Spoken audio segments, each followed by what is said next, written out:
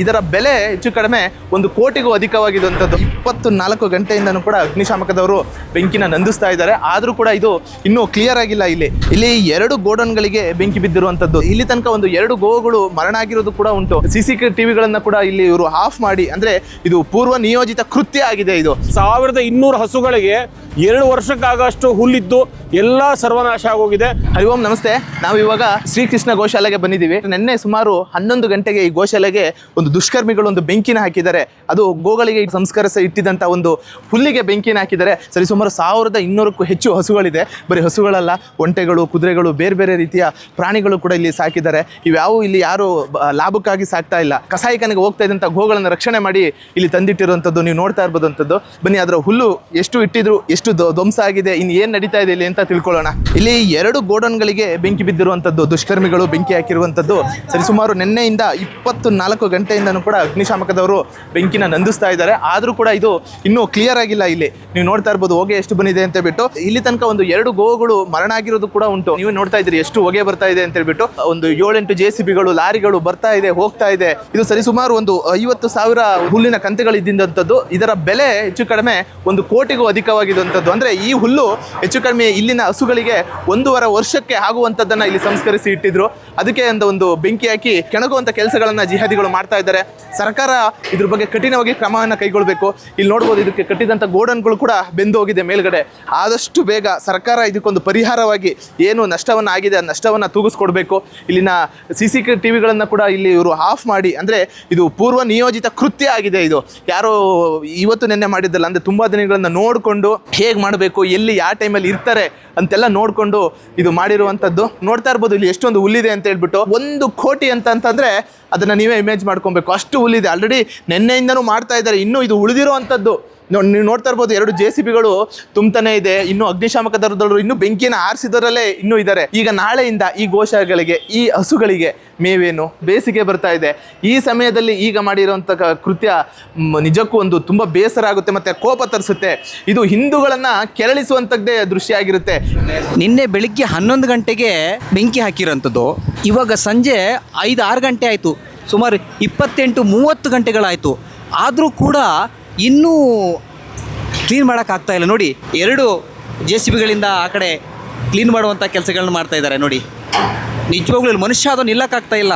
ನಿಜವಾಗ್ಲೂ ಆ ಕೆಲಸ ಮಾಡೋರಿಗೆ ನಿಜವಾಗ್ಲೂ ಒಂದು ಸೆಲ್ಯೂಟನ್ನು ಹೇಳಬೇಕು. ಇಲ್ಲಿ ಕೆಲಸ ಮಾಡುವಂಥ ಅಗ್ನಿಶಾಮಕ ದಳದರು ಅಷ್ಟೇ ತುಂಬ ಶ್ರಮಪಟ್ಟು ಮಾಡ್ತಾ ಇದ್ದಾರೆ. ನೀವು ನೋಡ್ತಿರ್ಬೋದು, ಇದೆಲ್ಲವೂ ಕೂಡ ಇನ್ನೂ ಬೆಂಕಿ ಉರಿತಾ ಇದೆ. ಅಂದರೆ ಪೂರ್ತಿಯಾಗಿ ನಶಿಸಿದೆ. ಅಂದರೆ ಅಲ್ಲಿಂದ ತಪ್ಪಿಸ್ಕೊಬಿಟ್ಟು, ಅಂದರೆ ಏನು ಒಂದು ಶೇಖರಣೆ ಮಾಡಿ ಅಲ್ಲಿಂದ ತೆಗೆದು ಈ ಕಡೆ ಹಾಕಿರುವಂಥದ್ದು. ನನ್ನ ಪ್ರಕಾರ ಏನು ಇಲ್ಲಿ ಬೆಂಕಿ ಹಾಕಿದೆ ನೋಡಿ, ಇದು ಇಲ್ಲಿ ಏನಾದ್ರು ಕಿಟಕಿಯಿಂದ ಹಾಕಿರ್ಬೋದು ಅಂತ ಅಂದ್ಕೊಳ್ತೀನಿ. ನಮ್ಮ ಹಿಂದೂಗಳಿಗೆ ಭಾವನೆಗೆ ಧಕ್ಕೆ ಮಾಡಿ ಹಸುಗಳನ್ನ ಕೊಂದು ತಿಂತಾರೆ ನಿಜ.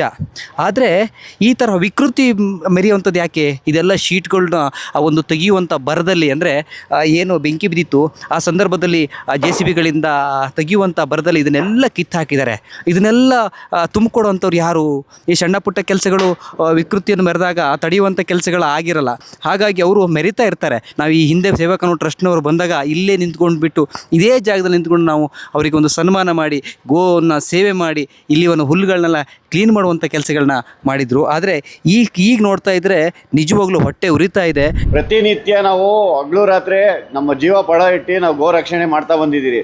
ಮಾಡಿದ್ದ ಗೋಗಳನ್ನ ನಾವು ಇಲ್ಲಿ ಸಂಗ್ರಹಿಸ್ತಾ ಇರ್ತೀರಿ. ಆದರೆ ಇವತ್ತು ಇಲ್ಲೇ ನಮಗೆ ಬೆಂಕಿ ಬಿದ್ದಿದೆ ಅಂತಿದೆ. ನಾವು ನೆಕ್ಸ್ಟ್ ನಾವು ಗೋ ರಕ್ಷಣೆ ಮಾಡೋಕ್ಕೆ ಎಲ್ಲಿ ಹುಮ್ಮಸ್ ಬರ್ತದೆ?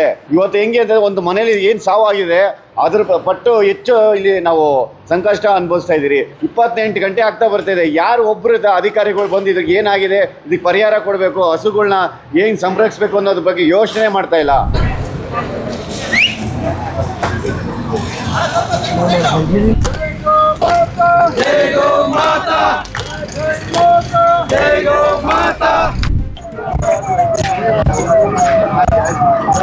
ಜೈ ಗೌಮಾತಾ, ಜೈ ಗೋಪಾಲ. ಈಗ ನಾವು ಎಲ್ಲರೂ ಶ್ರೀ ಮಾತೇಶ್ವರಿ ಭಕ್ತ ಮಂಡಳ ಟ್ರಸ್ಟು, ಶ್ರೀ ಕೃಷ್ಣ ಗೋಶಿವಾಶ್ರಮ ಗೋಶಾಲಾ ಕಡೆಯಿಂದ ಎಲ್ಲರೂ ಗೋ ಭಕ್ತರು ಇದು ಬಾಗಲೂರು ಪೊಲೀಸ್ ಸ್ಟೇಷನ್ಗೆ FIR ಮಾಡೋಕ್ಕೆ ಹೋಗ್ತಾ ಇದ್ದೀವಿ. ನೆನ್ನೆ ಬೆಳಗ್ಗೆ 11 ಗಂಟೆ 43 ನಿಮಿಷಕ್ಕೆ ಯಾರೋ ಬೇಕಂತ ಶೆಡ್ ನಂಬರು 5ಗೆ ಬೆಂಕಿ ಇಟ್ಬಿಟ್ರು. ಆಮೇಲೆ ನೋಡಿದ್ರೆ 10 ನಿಮಿಷ ಬಿಟ್ಟು ಇದು ಒಂದು 100 ಅಡಿ ದೂರ ಇರೋದು ಶೆಡ್ ಇನ್ನೊಂದು, ಅದರಲ್ಲಿ ಸುಮಾರು 1 ಕೋಟಿದು ಹುಲ್ಲು ಮೇವು ಇಷ್ಟೋಗಿತ್ತು. ಅದನ್ನು 10 ನಿಮಿಷ ಬಿಟ್ಟು ಅದನ್ನು ಬೆಂಕಿ ಇಟ್ಬಿಟ್ರು. ಇದೆಲ್ಲ ಬೇಕಂತ ಇದೆಲ್ಲ ಪ್ಲಾನಿಂಗ್ ಮಾಡಿ ಬೆಂಕಿ ಇಟ್ಬಿಟ್ರು. ಆ ಬೆಂಕಿಯಿಂದ, ಆ ಹೊಗೆಯಿಂದ ನೆನ್ನೆಯಿಂದ 24 ಗಂಟೆ ಮೇಲೆ ಆಗೋಯ್ತು. ಇನ್ನೂ ಆ ಬೆಂಕಿ ಕಂಟ್ರೋಲ್ ಆಗಲಿಲ್ಲ. ಹೀಗೆ ಹಸುಗಳು ಸತ್ತು ಹೋಗ್ತಾ ಇದೆ. ಹೀಗೆ ಬೆಳಗ್ಗೆ 1-2 ಹಸು ಸತ್ತು ಹೋಗಿದೆ, ಇನ್ನೂ 5 ಹಸು ಸೀರಿಯಸ್ ಆಗಿದ್ದಾರೆ. ಇದು ಯಾರ್ಯಾರೋ ಏನೋ ಗೋಶಾಲೆಗೆ ಯಾರೋ ಬೆಂಕಿ ಇಟ್ಟಿದ್ದಾರೆ, ಅವ್ರಿಗೆ ಇಟ್ಕೊಂಡು ಏನು ಶಿಕ್ಷೆ ಕೊಡಬೇಕು. ಜೈ ಗೌಮಾತಾ, ಜೈ ಗೋಪಾಲ. ಏನೋ ಒಂದು ಕಾಲ್ನಡಿಗೆಯಲ್ಲಿ ಒಂದು ಸ್ಟೇಷನ್ಗೆ ಹೋಗ್ತಾ ಇದ್ದೀವಿ. ಈ ಸಂದರ್ಭದಲ್ಲಿ ಬಂದಿರುವಂತಹ ಈ ಕೃತ್ಯವನ್ನು ಖಂಡಿಸಿ ಬಂದಿರುವಂತಹ ಗೋಪ್ರೇಮಿಗಳನ್ನ ನಾನು ಮಾತಾಡಿಸುವಂಥ ಪ್ರಯತ್ನಗಳು ಮಾಡ್ತೇನೆ. ಇಲ್ಲೊಬ್ಬ ಸ್ಥಳೀಯರಿದ್ದಾರೆ. ಸರ್ ನಮಸ್ತೆ. ನಮಸ್ತೆ, ಮಣಿಕಂಠ ಅಂತ.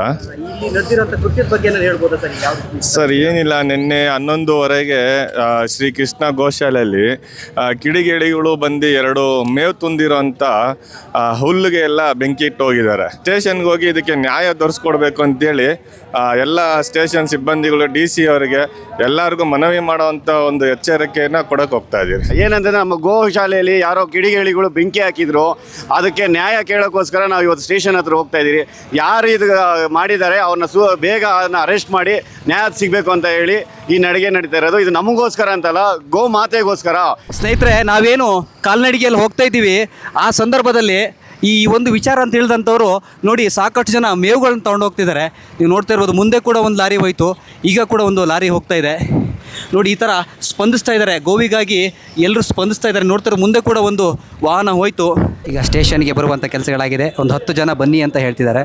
ಹಾಗಾಗಿ ಮೇನ್ ಯಾರಿದ್ದಾರೆ ಅವರು ಗುರೂಜಿ ಮತ್ತು ಅವರ ಸಹಚರರು ಹೋಗುವಂಥ ಕೆಲಸಗಳು ಮಾಡ್ತಾ ಇದ್ದಾರೆ. ಎಲ್ಲರೂ ಅವ್ರು ಬರೋವರೆಗೂ ನಾವು ಹೊರಗಡೆ ಹೋಗಲ್ಲ, ನ್ಯಾಯ ಬೇಕು ಅಂತ ಹೇಳ್ಬಿಟ್ಟು ಎಲ್ಲರೂ ಇಲ್ಲೇ ಕೂತ್ಕೊಂಡಿದ್ದಾರೆ.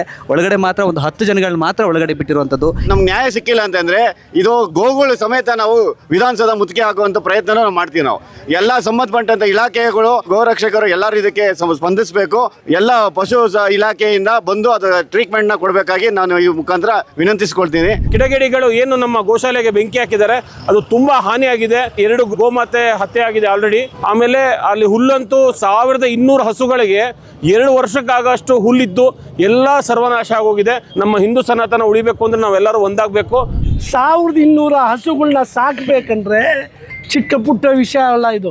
ಅಂಥ ಸಮಯದಲ್ಲಿ ಈ ಪುಕ್ಕರಾಜಿ ಮಹಾರಾಜು ಈ ಮನುಷ್ಯ 56 ಜನರಿಂದ ದುಶ್ಮನಿಗಳು ತಗೊಂಡು ಅವ್ರದ್ದು 56 ಕಂಪ್ಲೇಂಟ್ಗಳು ಎಲ್ಲ ಇದ್ರೂ ಸಹ ಡೇ ಆ್ಯಂಡ್ ನೈಟು ಜನರಿಗೋಸ್ಕರ ಆಗಲಿ ಹಸುಗಳಿಗೋಸ್ಕರ ಆಗಲಿ ಓಡಾಡ್ತಾ ಇದ್ದಾರೆ. ಈ ಮನುಷ್ಯನ ನಾವು ಸಾಥ್ ಕೊಡಬೇಕು.